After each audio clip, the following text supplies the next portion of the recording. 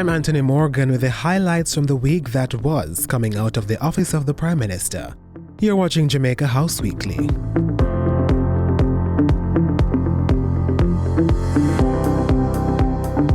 Prime Minister Andrew Holness led a special car commission to Haiti on Monday. It comprised representatives from the Bahamas, Trinidad and Tobago, and the CARICOM Secretariat. The Jamaican delegation included Minister of Foreign Affairs and Foreign Trade Senator Kamina Johnson-Smith and Ambassador Rocky Meade. The special CARICOM mission was scheduled to hold discussions with several critical Haitian stakeholder groups. The French-speaking country has been at the center of several local and international discussions as gangs continue to create havoc on the island.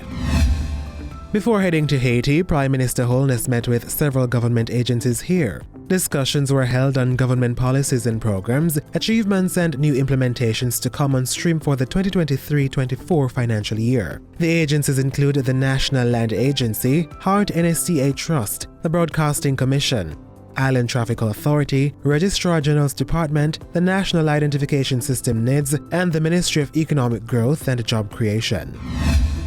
On Thursday, the Salvation Army paid a courtesy call on the Prime Minister. The non-profitable organization is celebrating 135 years of service in the Caribbean with over 3,000 members in Jamaica. The celebration is taking place under the theme Committed to God's Mission, Encourage, Empower and Engaged. Prime Minister Holness and General Brian Peddle of the Salvation Army discussed their achievements over the years. Mr. Holness lauded the service they have extended to the territories throughout the region.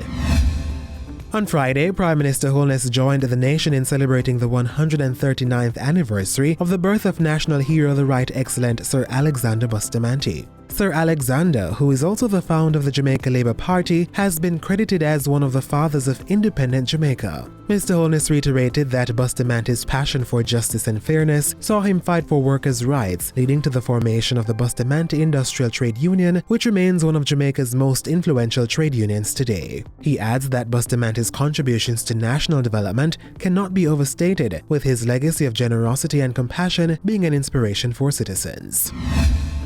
Sunday saw the Prime Minister in attendance at the 173rd General Assembly of the Jamaica Baptist Union. It marked the first full face-to-face gathering of the Union since 2019. Mr. Holness read the first lesson from the book of Genesis, chapter 2, verses 15 to 17, and chapter 3, verses 1 through to 7. Mr. Holness says the passages, which tell the story of Adam and Eve in the Garden of Eden, are a powerful reminder of our responsibility to care for the earth that God has entrusted to us. The meeting was facilitated by the Jamaica Umbrella Group of Churches. And that's all we have for you this week. Join us next week for more of the news stories coming out of the office of the Prime Minister.